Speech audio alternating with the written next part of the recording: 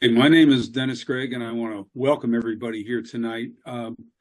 We have a slideshow that we've used various parts of in different presentations. Tonight is a little shorter on Quaker history because we're expecting that a lot of people who are on the Zoom would be Quakers and know some of this history.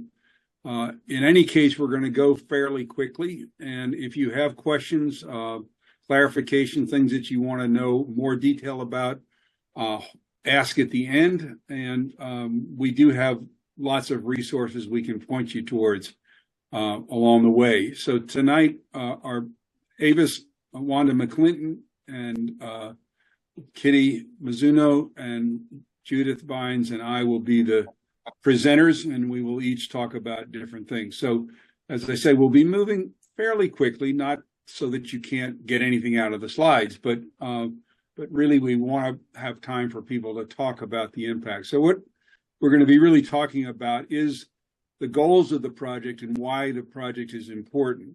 We don't have anything to report yet. The research is just beginning, but we want people to understand what we're trying to do and why we're trying to do it. So Avis is who began the project, is going to be next. There you go. Okay, Avis, floor is yours. Hi, my name is Avis Wanda McClinton, and I'm going to talk about the 339 Manumission and Beyond project. I want to tell you first how it began. It was a leading from God for me to find out what happened to the enslaved people that were held in bondage by people that were Quakers. A lot of people didn't know Quakers were enslavers. I didn't know when I became a Quaker, but now that I know, I want to try to find out what became of them. Just like I can sit on a meeting bench with a descendant of a Quaker enslaver, the enslaved people that were held in bondage, they here somewhere. They didn't disappear. So, hi, I'm here in beautiful Pennsylvania in my backyard, showing off my beautiful garden. And there go me. The first slide, the second slide is me and in Pennsylvania in a segregated class, and that's my kindergarten. And if you're looking for me, I'm on the left-hand side right there. That's me. The little guy down under me that got a little crossed out. I guess he made me mad and I crossed him out. But I paid for it dearly when my mother saw it, so I remember that day. But what I wanted to tell you that people forget that slavery and Jim Crow and segregation was alive and well in the North, and Northern slavery and Northern discrimination against Black people don't be talked about. What I can say about that picture, for me personally, we, that's my class, integrated with white children in the 3rd grade. And it was a traumatic experience for me and the rest of them, because the teachers and the janitors and the administration, they were very resentful of us coming and having to sit with the white kids in their class. So it was just not good, not a good time in the 50s. I'll go to the next slide. I'll read the land acknowledgement. To first honor our Native American brothers and sisters, we acknowledge the Lenni Lenape as the original people of this land. and honor their continuing relationship with this territory.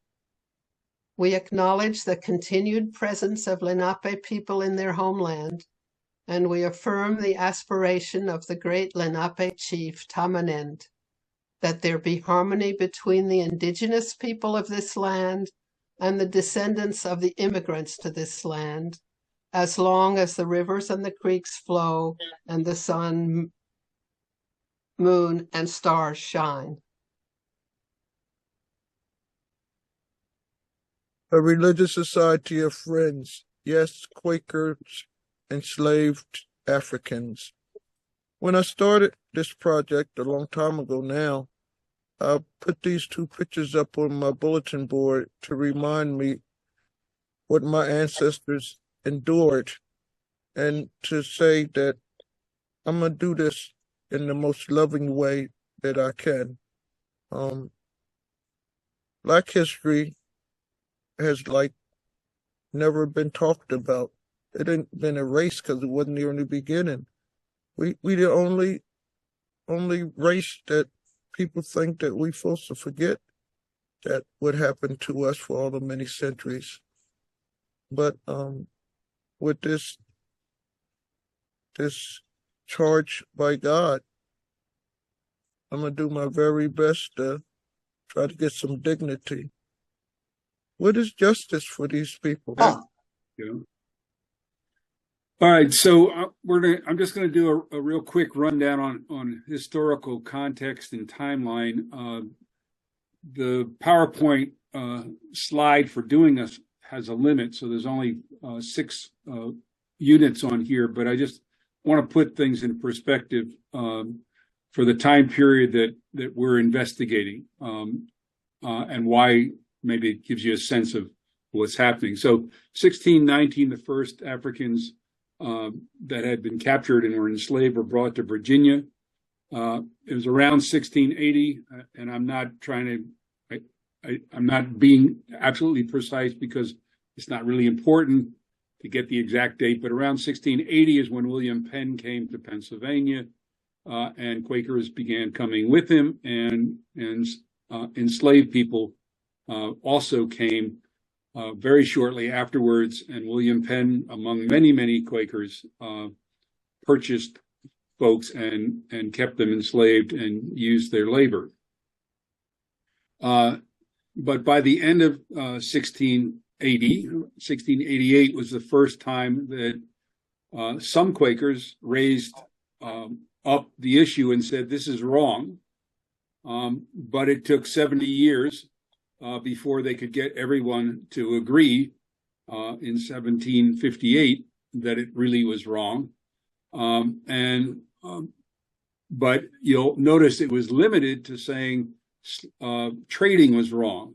And it took another 16 years before they said you cannot be a Quaker anymore if you're going to be an enslaver. But there were Quakers, because the discussion began in 1688, there were people who got to it sooner, and there were people who manumitted enslaved people earlier. But the major group of people who were manumitted, and we'll talk about what that means exactly, happened, and the group that we're looking at were manumitted between 1765 and 1790. That's when the documents were registered. And you'll also learn later that just because you got a document on a certain day doesn't mean you were freed on that day. And this is just to let you see this is that time period we're talking about. Okay, next slide. So this may look like a list of names, but and we don't often think about the historical folks in our families, from the 1700s, but this group of individuals were the enslaved people of the 413 of the 339 manumissions that Avis and team will be reviewing. And the most interesting piece is when you can make a connection, and toward the bottom, Caesar and Celia are actually two individuals that were manumitted that Kitty will speak upon next. This is the manumission document for Caesar, who was enslaved by Jonathan Evans, who is my great, great, great, great grandfather on my mother's side, a Quaker. And he lived in Philadelphia on 2nd Street down near Dock Street. He, I think Arch Street meeting didn't exist in those days yet. He was a member of, he's listed on the list of manumission documents as belonging to Southern Meeting in Philadelphia, the Southern District. And this is the document for Caesar. I didn't know until Haverford College made public these manumission documents that they have in their Quaker collection. I had no idea that I had an ancestor who enslaved people. I may have more, but I'm aware of this one and also this one. This is Celia, and I'll just read what it says. I, Jonathan Evans of the city of Philadelphia in Pennsylvania, do hereby set free from bondage my Negro woman Celia, aged about 36 years, and do for myself, my executors and administrators release unto the said Celia all my right, all my claim whatsoever as to her person, as or to any estate she may acquire, hereby declaring the said Celia absolutely free without any interruption from me or any person claiming under me. In witness whereof I have hereunto set my hand and seal this 27th day of the 1st month in the year of our Lord 1779, sealed and delivered in the presence of Sean Piles and Benjamin Evans, and signed by Jonathan Evans. So it was a big shock to me to learn that Celia and Caesar were enslaved by my ancestor.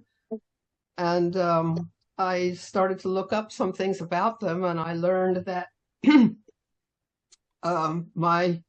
that Jonathan, I'm just going to read a little bit from a book that I found about his son Jonathan, who was a member of Arch Street Meeting. But in the beginning of this book about his son Jonathan Evans, the father Jonathan Evans, who was the enslaver, it describes something about him. It says he was engaged in importing West India produce, sugar, molasses, rum, and other products. And it goes on to say, in the opinion of the author of this book, whose name is William Bacon Evans, whom I remember as a child, he's a Quaker, an Orthodox Quaker leader. He writes, it would seem that Jonathan Evans took his Quakerism rather lightly. Ministers' sons do not always follow strictly in the footsteps of their fathers. It is not known whether he attended meetings regularly or not. Certain it is that his meeting dealt with for keeping slaves. And I think pressure from his meeting was the reason why he created these two manumission documents so that he could remain a member in good standing of his meeting. Kitty, Yes. would you go back to the timeline? I want to go back to the timeline of audience. You see in the red, the first date, June 19th, and the last date, November 3rd. Can you imagine what that represent, that the violence of what Kitty just said, that her ancestor, that's a historical document, he promised to release them two people. But a manumission is just that, a promise. We don't have any idea if they got their freedom. I am a descendant of enslaved people. And the religion that converted to is a religion that is built on slavery. All that time, all the many years that the early Quakers had enslaved people. And we just found at Haverford 339 innocent people's manumissions. We profess to be pacifist, but everything we're talking about is so violent. Would you go to the next thing? I just got emotional right there, and I just wanted to say Thank you. these were real people. This is how Haverford, when they digitalized their the records of these innocent people, and you go to the left and it says 1776. This is, you, if nobody don't know how to read it, it's 17, that's the year, the month, and the day. And the saved person was Jack. And at that time, when he wrote this, or there was a man, Jack was 11 years old, and he is promised at 21, that's what that age is, that he might be free. Then he a male, and where his meeting was Abington, and that's the meeting I attend, in Benjamin Lay, and Cheltenham, PA, and the slaver is Benjamin Matter right there. And he was a male, and these were the next ones were the witnesses, and the last one, person Holloway, Jr. William, that was the clerk at that time of Abington meeting. All this information is vital to find out if and what happened to Jack. Here we put 2 manumissions. The next one, we're going to the left again, and 1778, 4th month, 11th day. And this is Phoebe and the male child and the female child. They didn't give no names, no ages. But we know this one paper was for 3 people, a mommy and her 2 children in Northern District in Philadelphia. And this enslaver or slaveholder was a woman, Rebecca Steele. People forget that women inherit. They were enslavers too, female. And the witnesses and the clerk of the meeting at that time. Everyone on these documents are important because they have something to do with Phoebe and her children. So this is how Haverford archivist has got it laid out like this. So you can look at all 339 if you pull it up on your computer. They digitalize it.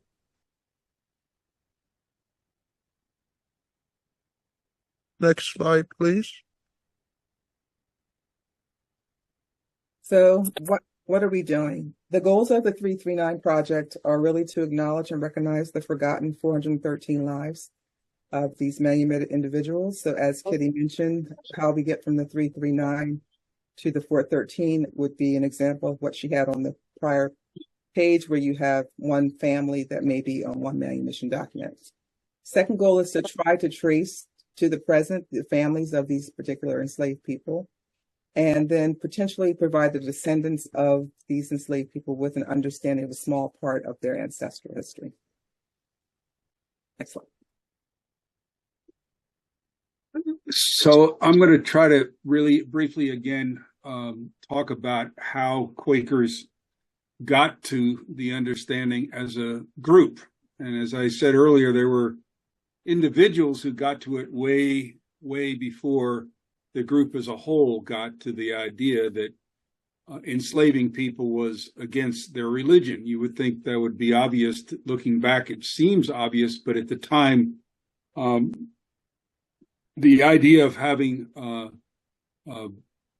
people who worked for you either for no pay or for, in the case of slavery, where you had complete control, was widespread. So apparently it did not, they were not separate enough from the rest of society for them to recognize that.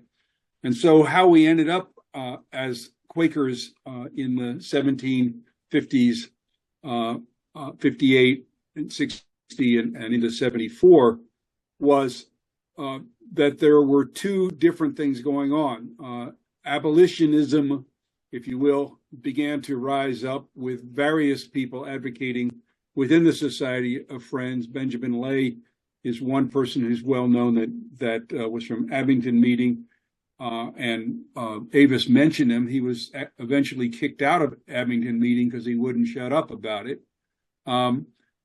But there were other people who followed in his footsteps. There were other individuals who agreed with him and were arguing that this was the right thing to do, but it wasn't enough to convince everybody else until there became a second reason for Quakers to begin to rise up. And that was that they had structured their society based around trying to follow what God wanted. And they had said, we're going to dress simply. And there was a whole thing about Quaker dress. And so in that photograph there on the right, that was sort of typical Quaker dress. It was either dark gray or black, and they didn't wear special fancy clothes. The idea was you got to live a special life. Well, unfortunately, when people got to the Philadelphia area, and some of the early ones in particular who brought money with them were able to purchase people and purchase land and actually became quite wealthy. And they ended up becoming politically influential. And so the Pennsylvania Assembly was controlled by Quakers. The Philadelphia city and county governments were controlled by Quakers. And the same people who got wealthy and powerful also were in positions of responsibility and power within the Quaker world, including they controlled what was called the Quaker press. So you couldn't print something and send it out to Quakers unless this group approved it. And they prevented people from approving arguments against slavery. And so people who were in the Society of Friends who wanted to do it had to go outside of the Society of Friends to get their arguments printed. But this other group really said, we have to stop. We're becoming immoral. We're becoming the people that we said we weren't going to be. And so there's overlap between the group, but there were really two different groups that came together. One saying, we've lost our way as a, in general, and the other one saying specifically, we've lost our way in terms of slavery. And so eventually they said, yes, this is wrong. And they gave people a choice. And they said, you're either going to get rid of your slaves or you're going to leave being a Quaker. And lots of people did leave. But that gets to the second part, because one of the things that did not happen, and there's a lot of reasons to think about it, but many of them are cultural, is that even though Quakers eventually said you can't be a Quaker if you're an enslaver, that didn't mean that they said these Africans and African Americans, the ones who were born here, were actually our equals.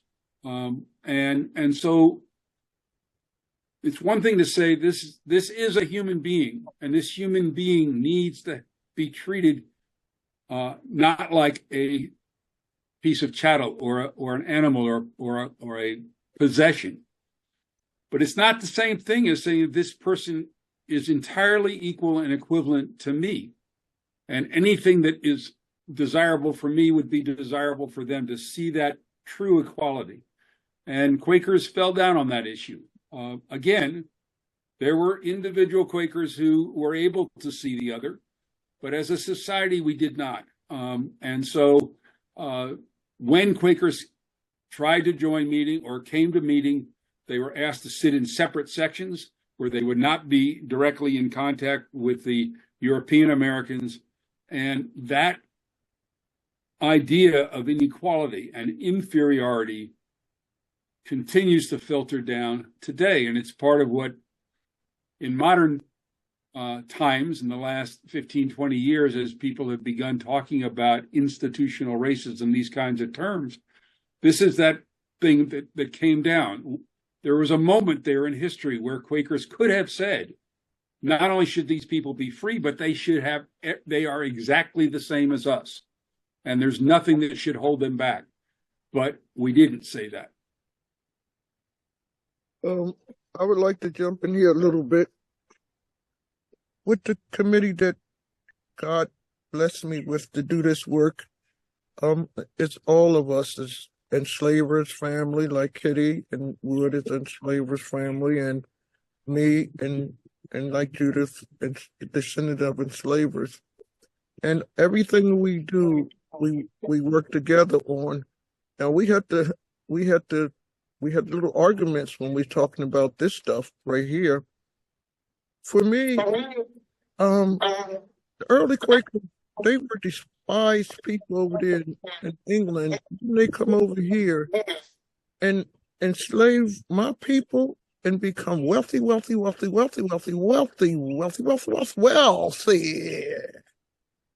and powerful. And then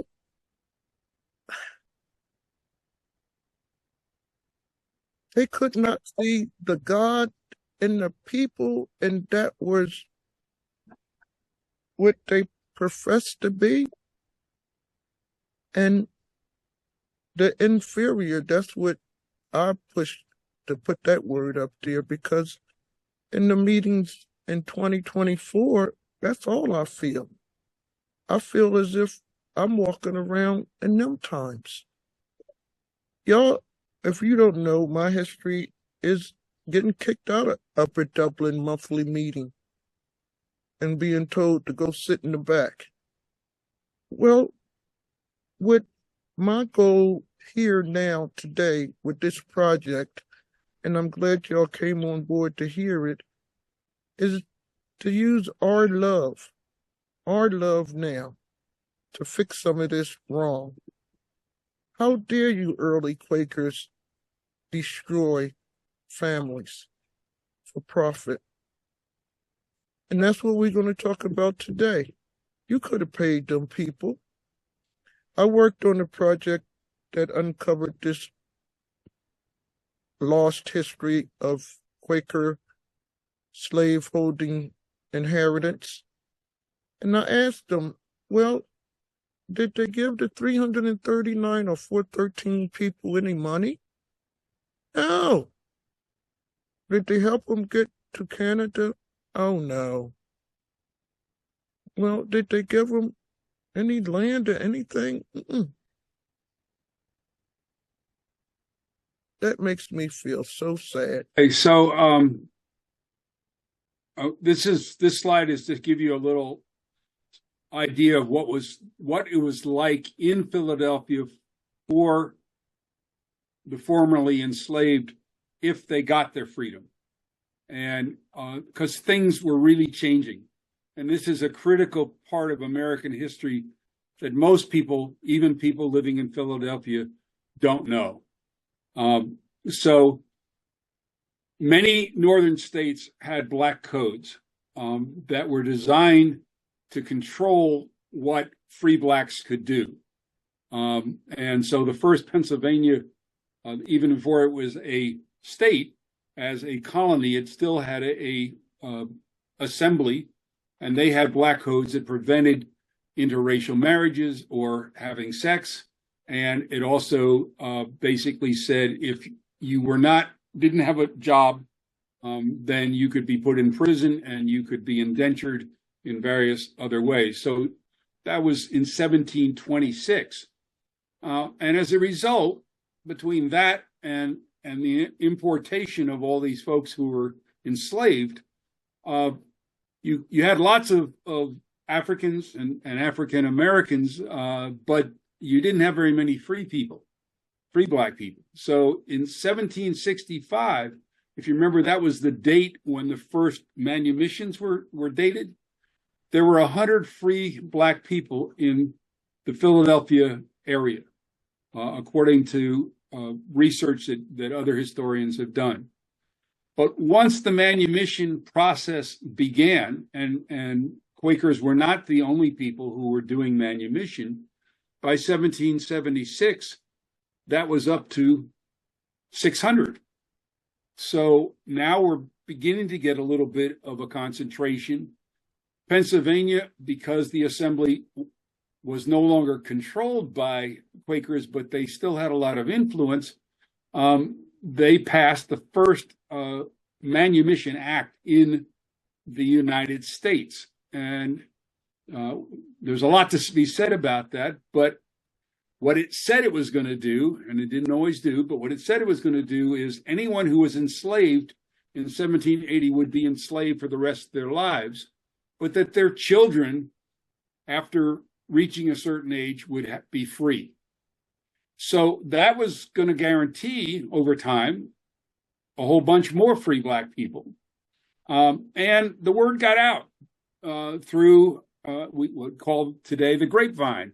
And so enslaved people in other parts of the region, including down into Virginia and Maryland, heard about this and said, I'm going to free myself and I'm going to go to Pennsylvania and I'm going to be able to blend in with all these other free black people, and they're not going to have it'd be harder for them to catch me and take me home.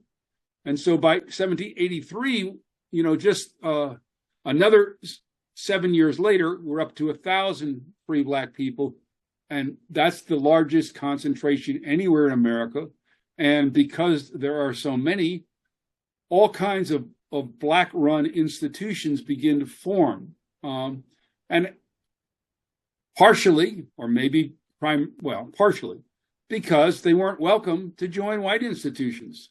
And so the first black churches were formed, all kinds of black businesses were formed, and other kinds of associations to assist each other were formed. So what we'd call social clubs today were formed, mutual support. So all kinds of things were happening. And then after that, people began to see that black folks in Philadelphia were creating their own society and beginning to accumulate wealth.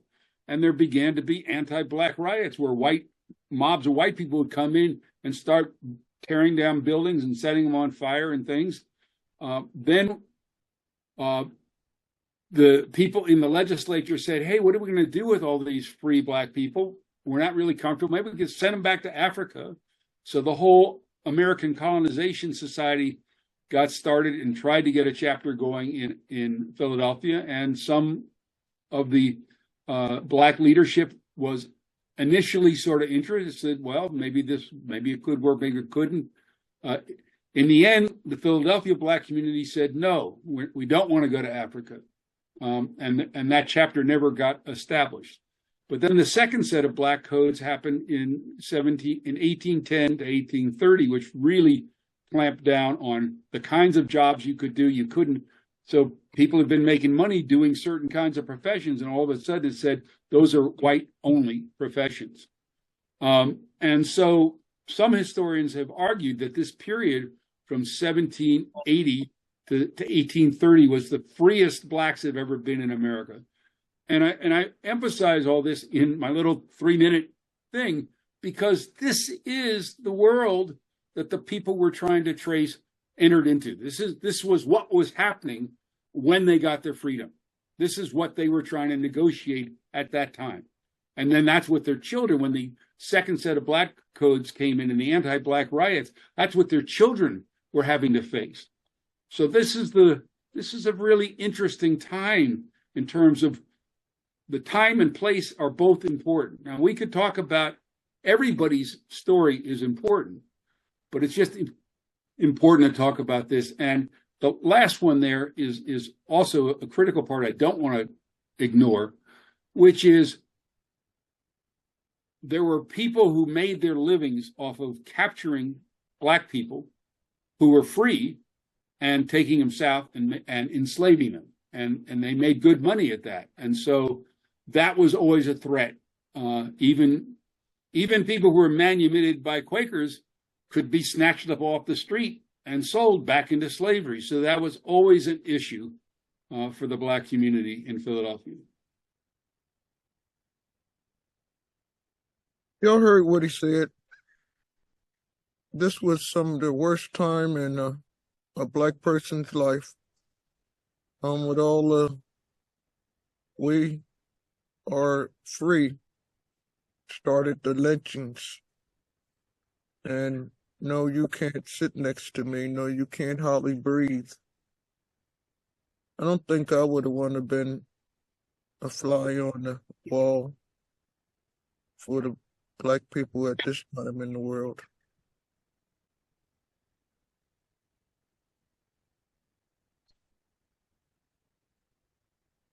So this describes the process that our group is doing to discover what happened to these people who were freed by Quakers. Our work begins in the Quaker archives of Haverford College in Pennsylvania, searching for information about the names and locations of these innocent people, as well as information about the kinds and amounts of support that may have been offered to the newly freed people. Then the researchers will move to county census records, birth and death records, wills, Black church records, records of the abolitionist societies who also provided support to newly freed people, historical societies, almshouses, insurance companies, newspapers, and other resources with records from the period of interest.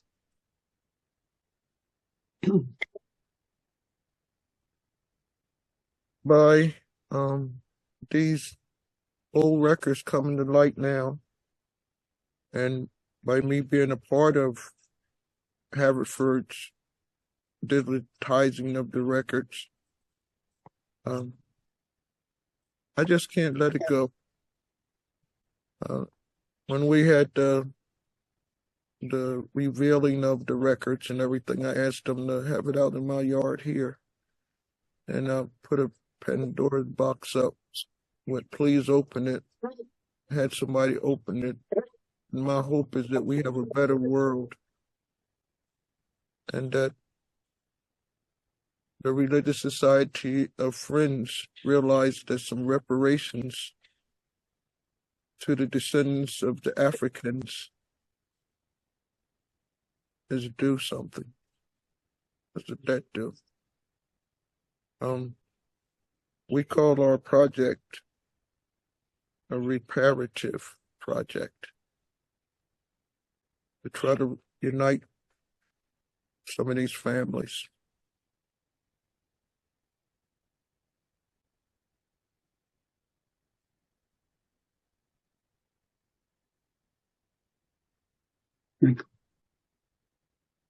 So if you think about the comments that have been made by Avis and Dennis describing the history, we all know that individuals that belong to the Quaker Friends Society, they come in a variety of political affiliations.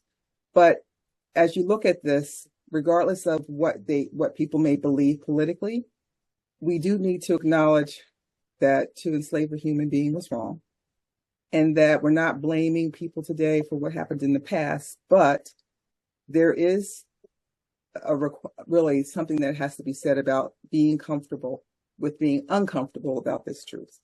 And with that, when you think about what Dennis talked about on a couple of slides before, we have to analyze that and look at how that has impacted race and racism in this country.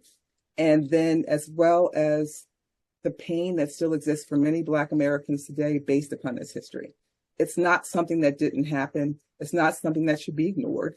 And the ability to acknowledge this will help, hopefully, with the racial divide and biases that slavery has created.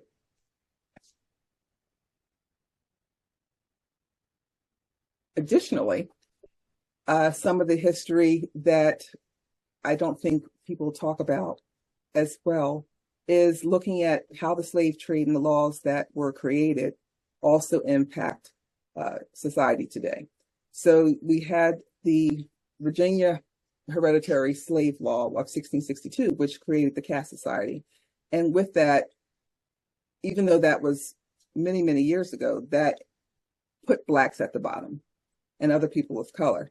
That has created over time a number of conscious, where I tell you to go sit in the back because I think you're Black, or unconscious biases, which impact how we behave with each other in the workplace, who our friends are, who we're comfortable. And so a lot of these biases have come from what Dennis spoke of, and they've affected Avis in terms of what she's experienced within the Quakerhood, as well as some of the things that she dealt with when she went to school and not being able to be given the same educational opportunities that other white students had, even though she went to the Upper Government School District. So with that, and as was Dennis also said, what we were hoping is that the Religious Society of Friends will look at how they've benefited from the familial and generational wealth and privilege that over 200 years of slavery has brought to them, and basically think about, just as the Jewish people have, making sure that you don't forget that 12.5 million enslaved people came during the transatlantic slave trade, and of which only 10 million survived. Next slide. As we look at Kitty. Sorry, it's not letting me do it again. That's okay. I'll talk anyway. So the other thing, when she brings up the other slide, when you look at the Philadelphia yearly meeting and this part of the East Coast, we didn't have that many Blacks that were brought here that were enslaved. So of the, say, 10 million that were enslaved throughout the U.S., only in the other countries, only 450,000 were in this particular area. So that's a relatively small group of individuals. And from that group of individuals, we have now over 42 million African Americans today that descend from this tiny group of Africans. So I think that's really an important part of history to think about. And I think the other thing in terms of reparations and that conversation, which is usually not looked upon fondly, for the Religious Society of Friends, if people could just acknowledge spiritually that what has happened is wrong, how the Society of Friends does still not, in some cases, even acknowledge what that history is, to say that, if it's painful for them, then maybe they might want to forget it. But if you can acknowledge that spiritually, that will help heal, and it will help the interactions between all the groups within the Religious Society of Friends. And one of the more important pieces, which Dennis also touched on the prior slide, was that the first generation of African Americans that were freed by the Quakers were the freest ever. And many of those institutions that were created at that time still exist today. Next slide.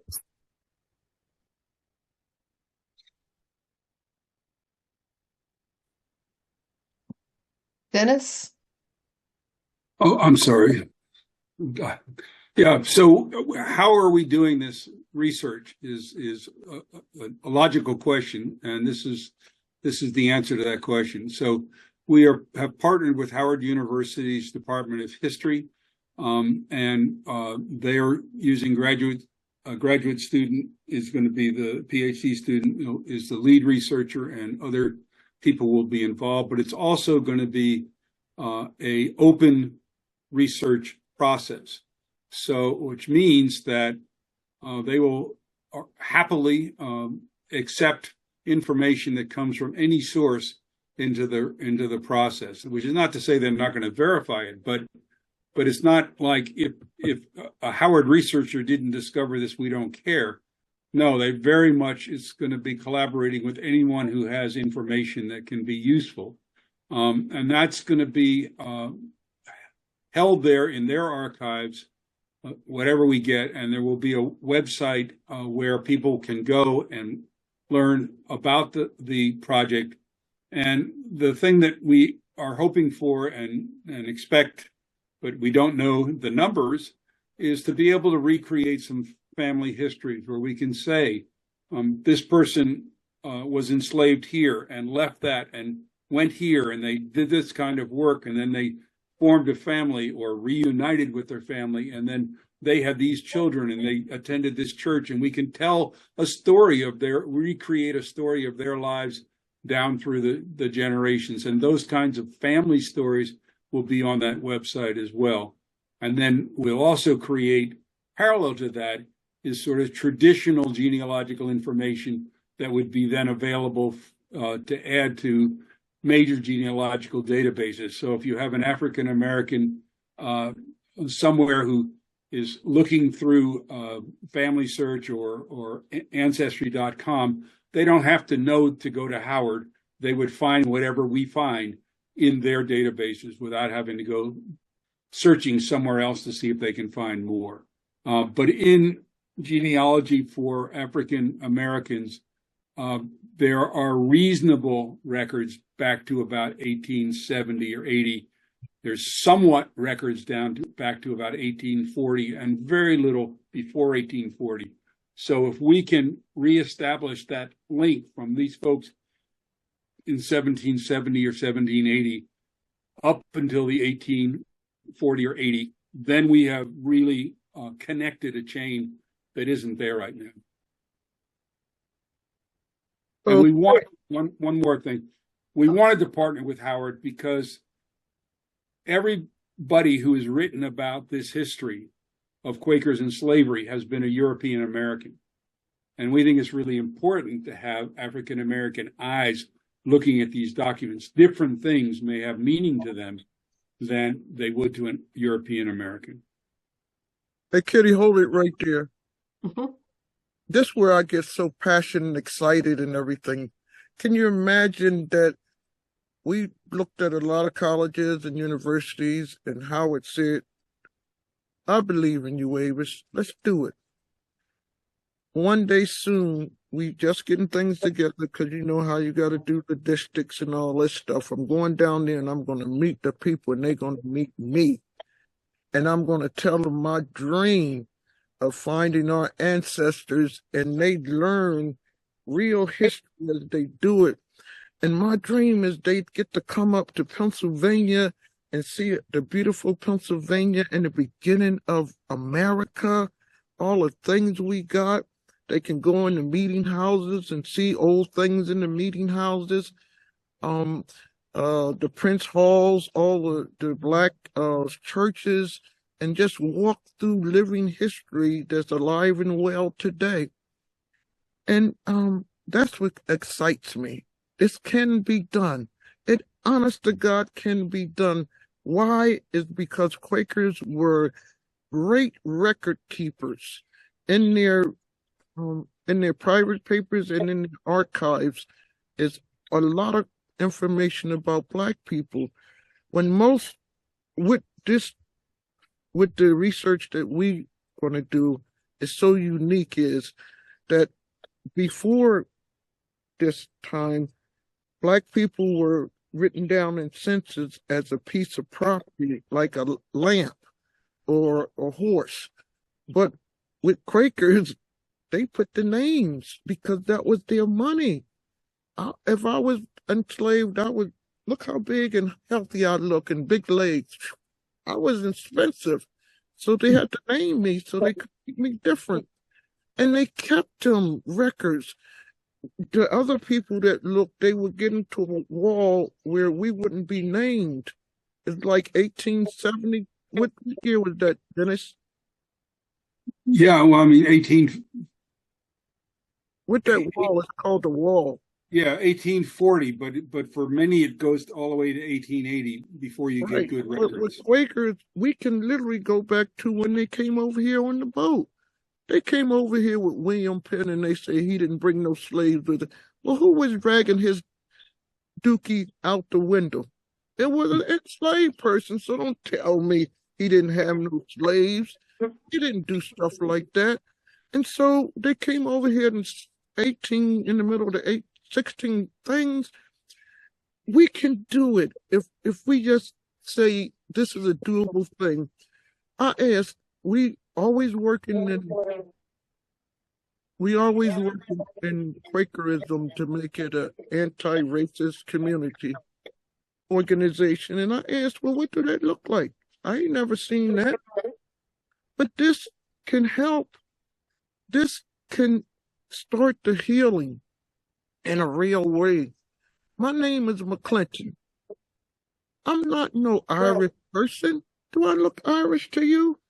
When I go to job interviews before the internet, they would think Avis Wanda McClinton would be a red-headed, toe-tapping Irish person, and here I come in here, big, beautiful me, and all of a sudden the job would go. And they can't speak English. They be go, Mary, do we have it? No, we don't have no more jobs. We don't have no more jobs. I would like to know who I came from and where I came from. If my ancestors had a ran faster, you would never seen me. But they didn't. I'm here. And I want to do something. And I need y'all help.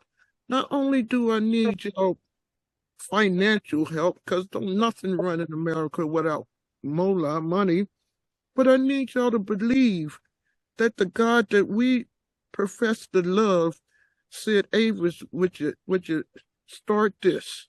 And then you can step aside and we got this.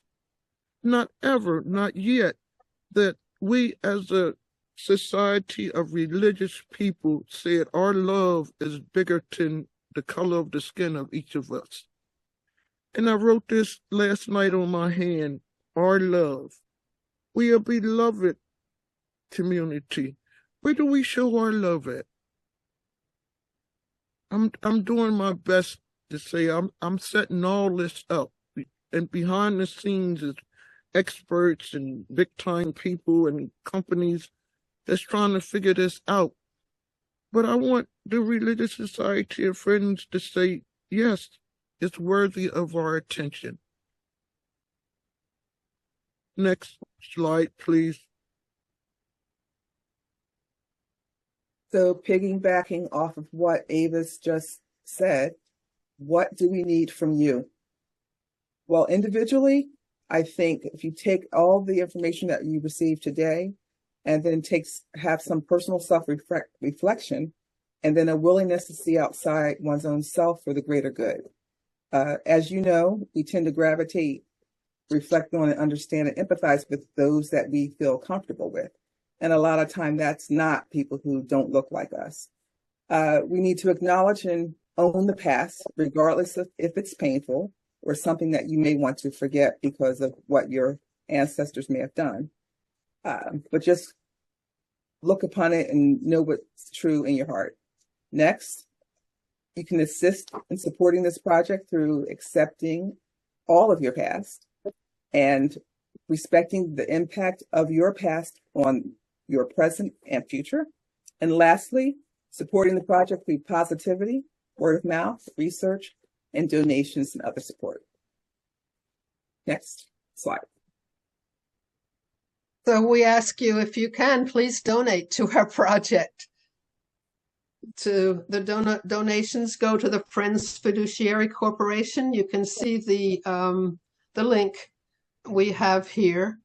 And perhaps, Dennis, could you possibly put that in the chat so people could copy it? That might be useful. But in any case, this is a reparative project with the full recognition of the damage done to enslaved Africans and the generational wealth gained by the Quaker enslavers, including people like my family. Restoring the descendants' family histories is a small but important attempt to repair some of the damage. So please, we ask you to donate. Would you go back one step, one, friends and people that's not my friend yet? um, I really thought this out before I talked to people, because people don't believe black people. And I said, how can I make this a permanent, if something happened to me, thing that will go on? And also that people won't be worrying about where their money go. And I looked into how that, and Friends Fiduciary been down since the very beginning of Quakers in that time. And that's where the wealthy friends place their money to help other friends on projects in the world. And that's why I talk to Friends Fiduciary people, the managers or whatever you call them, Mimi, and they suggested open up a special fund. What's the name of it again, Dennis? It's a donor advised fund. A donor advised fund for perpetuity things.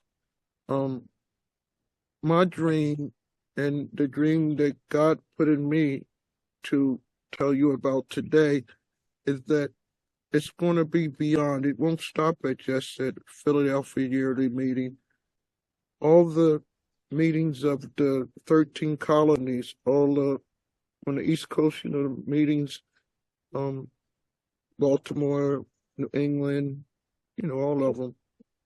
Once we get a way to do it, once we know how to look into the different archives and the different places, we go to the next meeting and ask them, let's do this.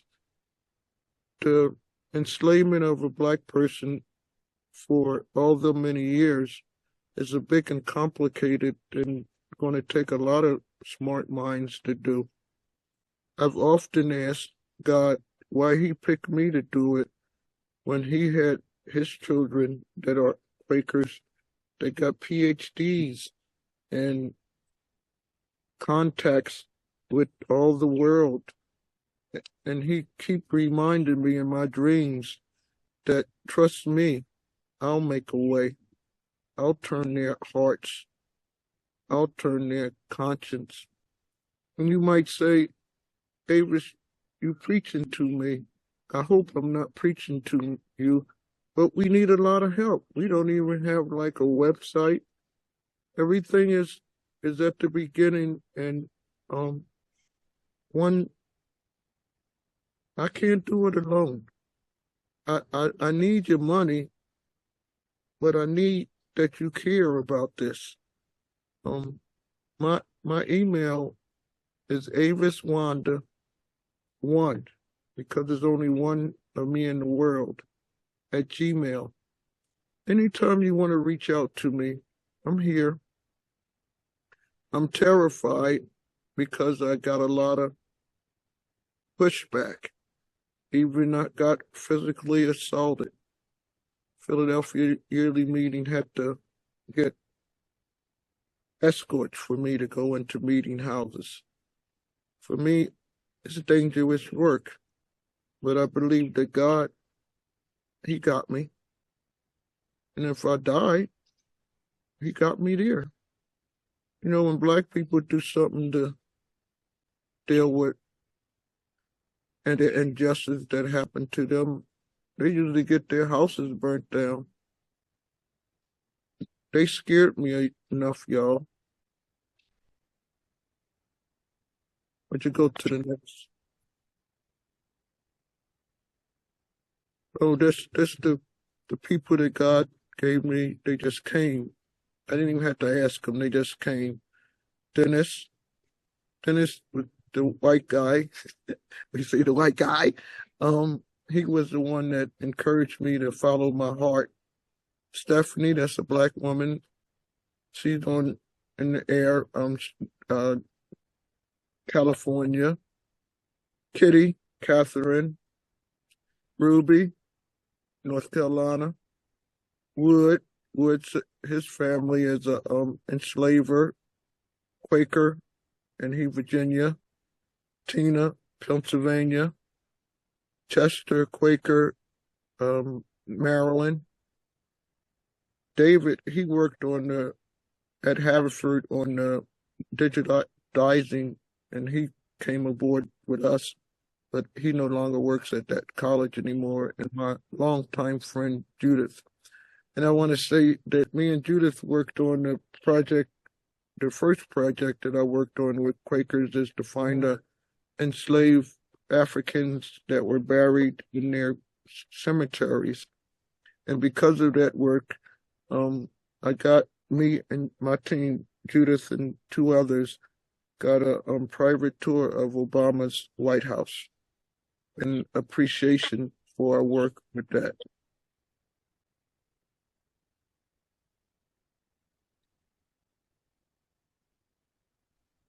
Thank you, Art Street friends. I really appreciate y'all letting me tell what we're trying to do. A whole lot of generations after this will be beholden to you to give me this time to say what's on my heart and in my soul. If you don't remember anything, it's our love.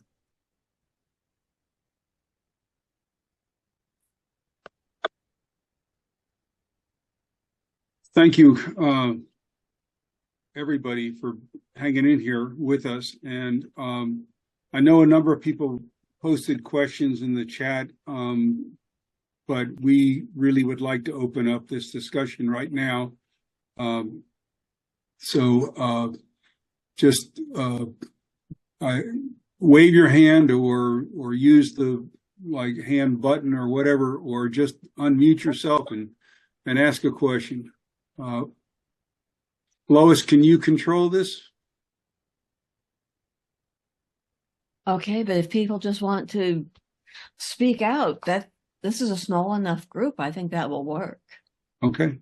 May I ask a question about the manumission? First, to say you guys are amazing. I am to know you and have an opportunity to learn from you. I have a question about two questions. Thank you, Dennis, for answering my third question. One question is I would love to understand the manumission process, like how did those documents created that Kitty shared, and how did it become the process to take it from a promise to legal contract? And the other is, are there Haddonfield people manumitted in that 339? Thank you. Yeah, so let me try to do both of those. I think I can do them pretty quickly. So it was a legal document, and once the Quakers said, we don't want you to do it anymore, not only did you take a manumission document down to the courthouse, but now the monthly meeting, the church, said, we want to see a copy here. If, like the ones with Cesar and Celia, basically said, as of today, you're going to be free, then it really usually meant that, because the enslaved person was given a copy of that document, was really important for them to go have it in their hand as well, in case somebody stopped him and said, what are you doing out here? You say, I'm free. Here's my document proving that I'm free. One of the things that the project is going to try to answer is, how many of those that actually were in the future, did they all get that promised freedom or not? And if the meeting said, you need to turn in this document, is there going to be a notation in the meeting records saying, okay, it's 10 years is up, and Jack has now been given his document, because it wouldn't have been given to Jack when he was 11.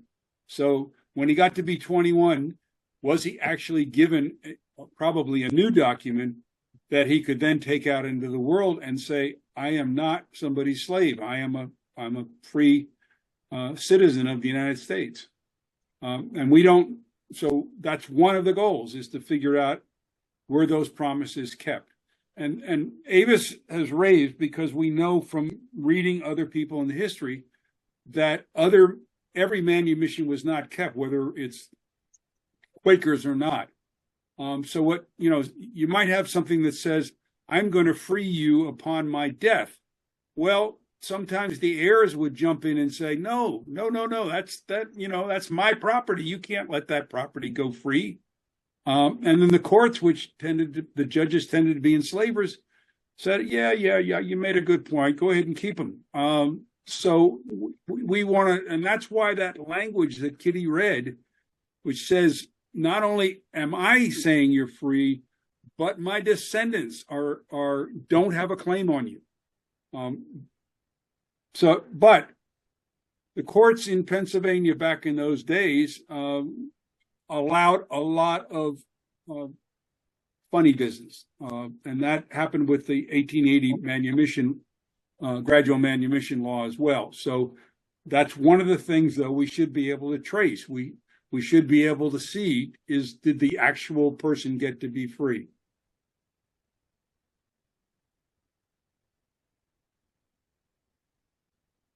Next question. Or did I answer that? Got the Haddonfield part. Oh, the Haddonfield part, yes.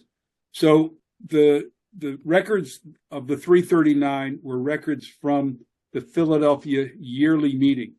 And the yearly meeting included anyone who was a member of the Philadelphia yearly meeting. So we know, for example, that there's a cluster of enslaved people that were on Long Island, New York, that their enslavers were members of the Philadelphia yearly meeting, and they turned in their manumission documents to the Philadelphia yearly meeting. So Haddonfield was part of it, and we know there are some documents in there from Haddonfield. There's also some from Northern Virginia and some from Maryland. Hello. You can talk. Hi. What you want to say? Avis, do you want me to talk, or do you want the other lady to talk who's got her hand up? Oh, I didn't see. Sorry. I seen you, Kate. Okay, then okay. I'll go. I can wait. it's all right. Okay, since I'm on, I'll go before you, Rosalind. Yeah, that's fine. No worries. Okay, here's my question for you, and it's nice to see everyone today. Is there going to be any link between the manumission information that is at Haverford and the manumission information that's at Swarthmore, and potentially at any other place? Is that part of the plan down the road? Yeah, yes. Thank you, my friend Kay from Buffalo, New York. You're welcome, Avis. And the other thing is that we also want to include all the manumissions going back to 1700. So the people who were manumitted before the 339, we want to include them as well. But we just have to start somewhere, and rather than say we're going to follow every person enslaved by a Quaker in the United States, we're starting with this particular batch. And then once we figure out exactly how to structure the research, how to build a way to put the stories together, yes, that's the goal. The goal is to eventually do that, to try to include every person who is descended from someone who had been enslaved by Quakers.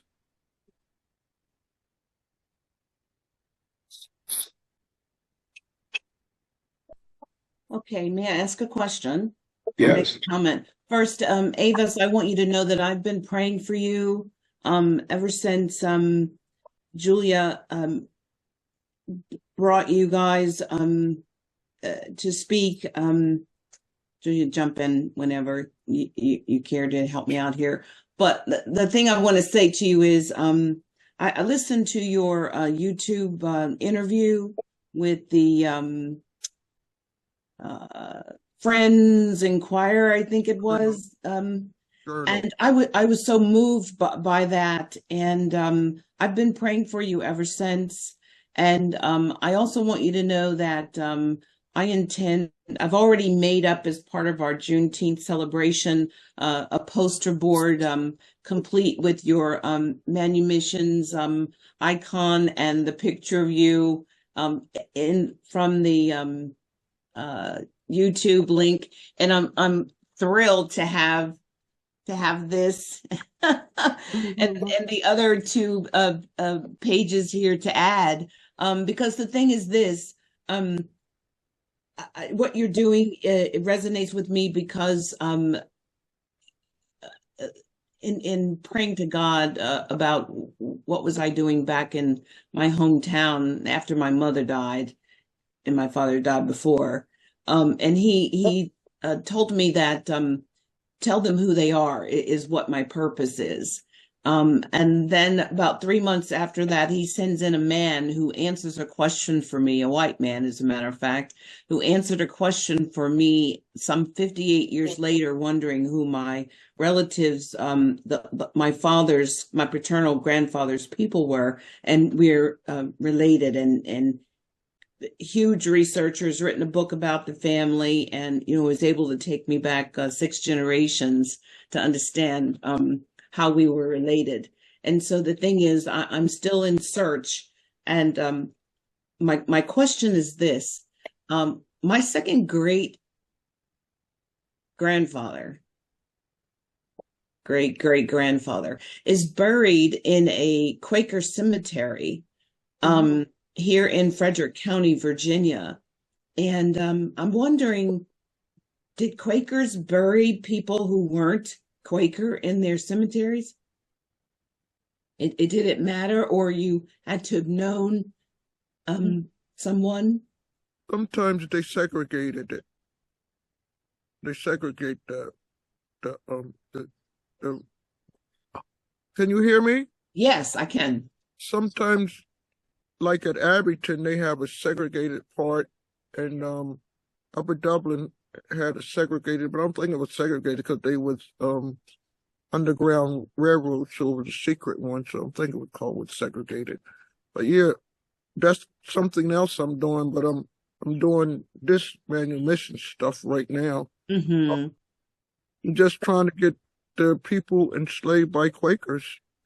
Nobody never thought to look into this sphere of research. And I can understand. I really appreciate your prayers, because I pray all the time about this. Yeah. I think God picked the wrong one, but no, he didn't. He didn't pick the wrong one. Y'all here listening to it. What I need is for individual meetings to look in their own records. Yeah. And just start seeing what happened and how it happened in there. Like the things I've learned about Philadelphia yearly meeting, that's New Jersey, Pennsylvania, Delaware, and what's the next one, y'all? Maryland. When the enslaved people would die, they would take their bodies in Philadelphia to the new hospital. Remember that we was a new country, the University of Penn, and sell their bodies to the hospital. Yes. Record of them. Yes. Hospital. But when I read that and other things like that, it crushed me. Yeah. I understand. What do it mean to be a Quaker if you can't see the God? And then when they die, you can't rest in peace. And it's just like it's the weight of this concern is massive. Yes, it is. It very much is. I don't want to not do my people right, but I don't want to hurt or piss off white people. But we both ain't do it, Yeah. It's what we got now. We're both victims of the evil one who comes to kill, steal, and destroy. So, really, there's a victim on both sides. But I want you to know this, that right down the street from me, about 3 blocks, is a Hopewell Friends Center meeting house. And I'm very close with some Baha'i friends. I have Baha'i friends and some Quaker friends. And I intend on going a bit further with the research so that I can find out, because I did get to understand that the land that this cemetery is on was owned by Quakers. Robert McKay, as a matter of fact. This same gentleman, Julia, that owned that property where Enrico Baltimore Cemetery is. So in any event, I'm really quite honored to meet you. And I want you to know that God makes no mistakes. He makes absolutely no mistakes. And so he gave it to you. Please claim it. I understand being terrified. When you said the man jumped on your back, I thought, oh my God, I hope that there are people who can see that this person needs some help. But nobody can tell your story the way you tell it and show your heart.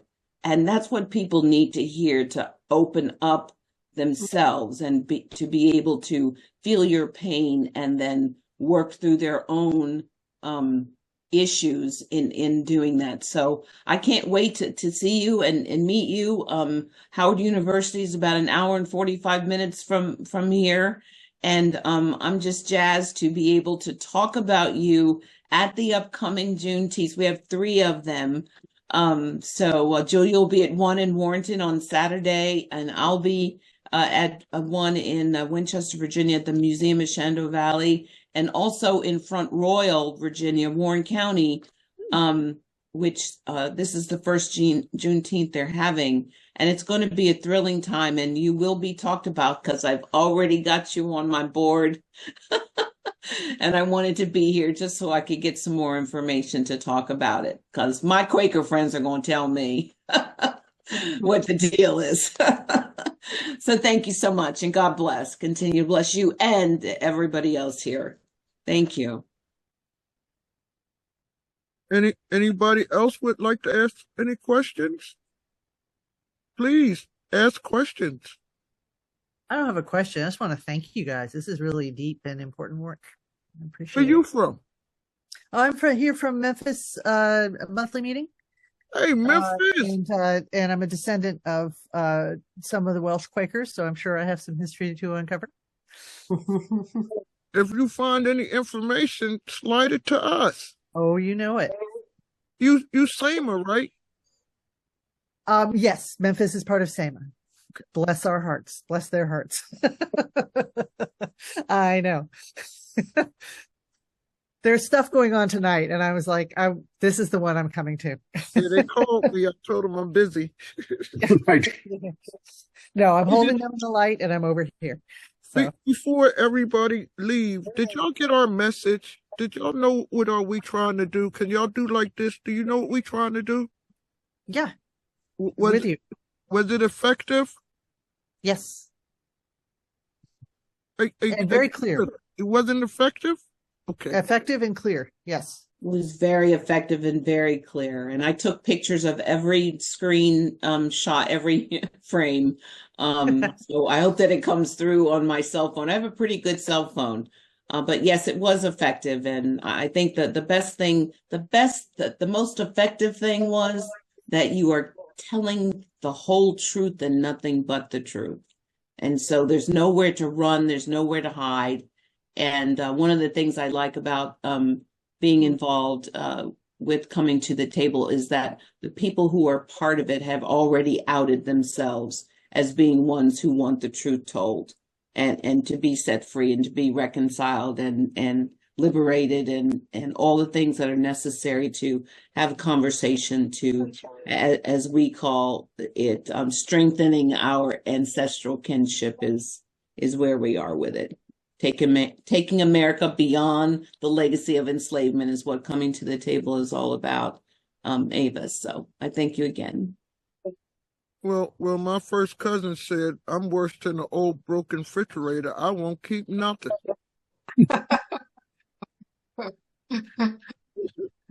I'll send you an email right away. Anybody else? How do you say have a good day? And I have goodbye. something. Oh, okay. No, yeah, I can't find the little hand thing. This has happened to me before. Sorry. Like this. That's what I was going. Oh, I didn't see you, Catherine. My bad. All right. I'm Catherine Knocker, Friends Meeting of Washington, and that's Baltimore Yearly Meeting.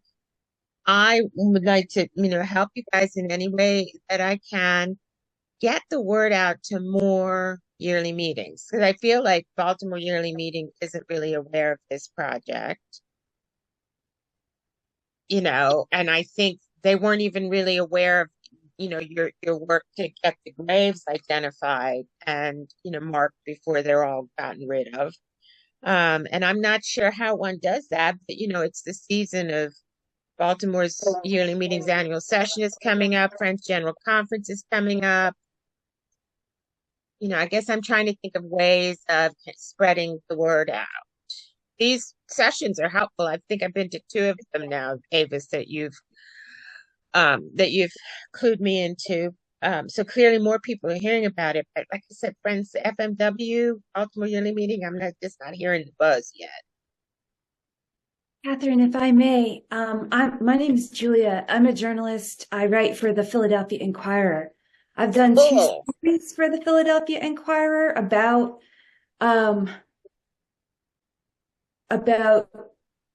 Quakers confronting the legacy of enslavement.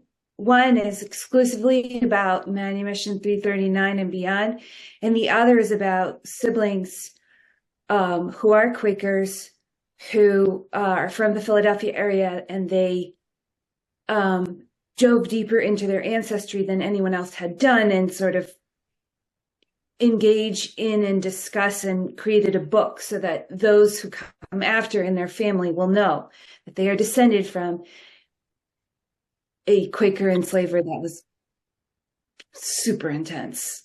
So anyway, I have PDFs of those. If you drop your email in the chat, I'll send them to you. Okay. Thanks. Oh, it's good to know you're FGC too. That's right. I think you told me that, Avis. Hey, KK. Hi.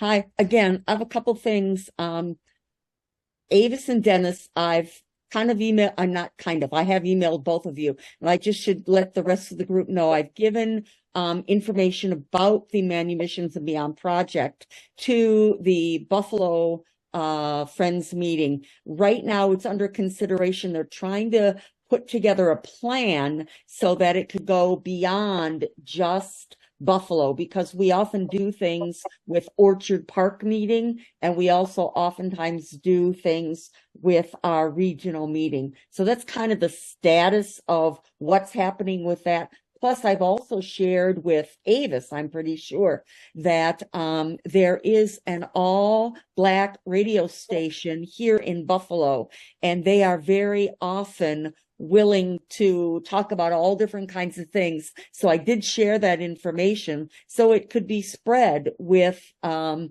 variety of different people to talk about from different perspectives what people are doing to take a look at what's happened in the past. So just to encourage us all, which it sounds like everyone's doing, to try to bring this whole idea of Avis's calling and all the rest of her group's work forward. Hey, Kay. Excuse me, Dennis. Kay, can you tell, would you tell, this Kay. Well, okay. Kay, could you say why you find this work important? I find the work important for a variety of reasons. First of all, I met Avis at Abington Monthly Meeting, and I was impressed with the work that she was doing and with her networking skills and her ability to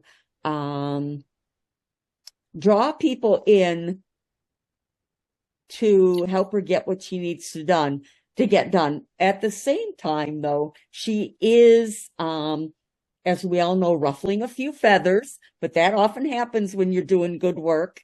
and bringing causes to the forefront that need to be championed. I also have been honored that Avis has been very generous in sharing her thoughts with me and being receptive to some of the suggestions that I make periodically. I guess it's the educator in me that makes those sorts of things happen, but she's just a wonderful person. And I think that the other piece that resonated with me is that I'm working on a book about a Philadelphia Quaker woman who several of you probably know. Her name is Anna Thomas Jeans, and one of her bequests before she died in 1906 was $1 million that she gave to Booker T. Washington and Hollis Frizzle. And the money was to be used for the education of primary school teachers throughout the South. And the work that she did, or the money that she gave to these people, she had a couple stipulations. First, the gentleman had to come and get the check before she died, because she did not want her family, because she was the last one, to not get the money. She wanted them to get the money and not the family. And I thought that was really important. And my research has also substantiated that much of that money that she gave, it actually helped to create a very positive impact on education. And there's lots and lots of information about that. And Avis has actually asked me if Anna's family were enslavers themselves. They were not. I do not know about any other branches of her family. And I'm afraid that if I go down that path, I'll never get my book done. But maybe that'll be the next part. So thanks, Avis. You're great. Okay, you think I should get my suitcase ready? Avis, I'm working on it. I got a whole list of places we're going to go visit. Avis, I'm wondering if you'd like to say something about Friends General Conference. I know that Catherine mentioned how important it is to spread the word about this project more widely, and that's coming right up. So what can you say about that? Maybe you or Dennis. Hey, Dennis, you looking down and sad. Why don't you talk some, man? You like to talk. So we are going to be doing two presentations at Friends General Conference, one on Monday, the July 1st, and the other on July 4th. So I guess we're celebrating something on July 4th. But yeah, we're going to try to spread the word. And I guess what I wanted to say to everybody else is carrying this leading, but it's really our jobs, each of us, to do what we can to move it along. And so we're not going to get where we want to go if we don't get more people really understanding and advocating for the importance of the work. And yeah, we'd like every monthly meeting in America to know about it and be enthusiastic about it. We'd like every yearly meeting, but those of you who are Quakers know that that process starts with some person saying, I think this is important, and taking it to their monthly meeting and then taking it to the yearly meeting. That's sort of how that happens. So we just need everybody to do what they can to spread the word. Well, I was just going to say, this presentation is not the first and certainly will not be the last. And we're sort of, you ask us to come and we will come. At least one of us in person and the rest of us virtually, and depending on where you are. Dennis, what were you going to say, Katie? I was just going to say, Dennis mentioned other presentations. If you go to the, on Facebook, the 339 Manumissions and Beyond project has a page where you can see recordings of different presentations that we have done. One of them, for example, Kay, you mentioned Black Radio in Buffalo. We did a program on WURD Black Radio in Philadelphia also that is on Facebook. And just because I thought of it, sometimes people want to give me, what's it when they pay the people to talk? Stipend or honorarium. Yeah, I say write it to fiduciary because Yeah. so many people that made money off the enslaved that I want to go to God without being exploitive. So everything, put it in Friends Fiduciary. Because I that's also want to mention Howard University, has a public broadcasting TV station and radio station. And since you're hooked up with Howard now, that should be, an easy avenue for them to push out information about this. And then you want to be the coordinator for that? It's so much. We just doing like this. yeah, I'm here in DC. I don't know anybody at Howard, but if I'll I know start somebody. digging. I say talk to her. Okay. For And then real. the other thing I always tell folks is that the National Museum of African American History and Culture is also serving as kind of a repository for a lot of information or a lot of genealogical information about enslaved folks. They've got, like one entire floor of the museum's dedicated to helping people try and track records. So it's going to be one whole room of our stuff. Watch. One whole room. You can go in there and see Quakers. Watch. In the museum, yeah, that's Yeah.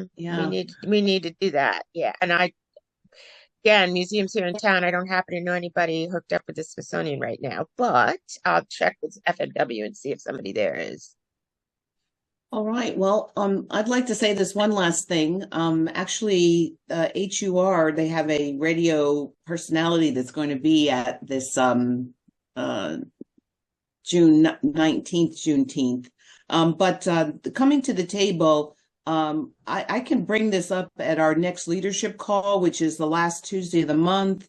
And because we have a chapter in Fairfax and we have a chapter in, I want to say Rockville, Maryland.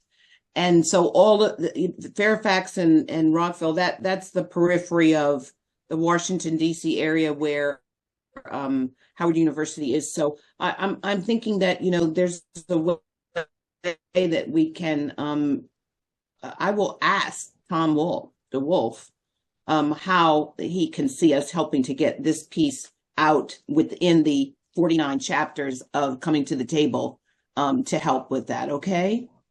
To help with getting the word out and also just to I'm ready to go talk to all my Quaker friends. I just needed enough information to kind of like when the head starts spinning, it's like, wait, so I'm there and I'm willing also to, whoever it is, it's a phone call, and sometimes it's a phone call at a higher level. So I can get my national people involved in it and see how they feel about it. Julia is part of even though she lives in New York, she's part of our chapter in Pennsylvania, in Virginia here, and we'll put our heads together. And Mary Hawk, we've got some folk that can also help make this happen. Hey, Terry. Julia on anymore, but we'll definitely do that. But I must go now. Godspeed to all of you. And it's on the way. Trust that God has already made the way. He's just chosen you to be the conduit. The people are ready. If they're believers in God, there's nowhere to hide anymore, because what you do unto the least of these, you do as unto me. If that doesn't crack eggs, I don't know what else will for people who are believers. So I'm right there with you, sister. I love you. Love you all. I was saying Terry from Alaska. That's my friend Terry. Hey, Terry, you see how God's working? Can you see it? Oh, God, it's all in this thing, girl. Can y'all see it? Everybody, thank you very much for taking time to listen to us. God bless. Bye-bye. Thank you so very much. Bye, Nan. Mother.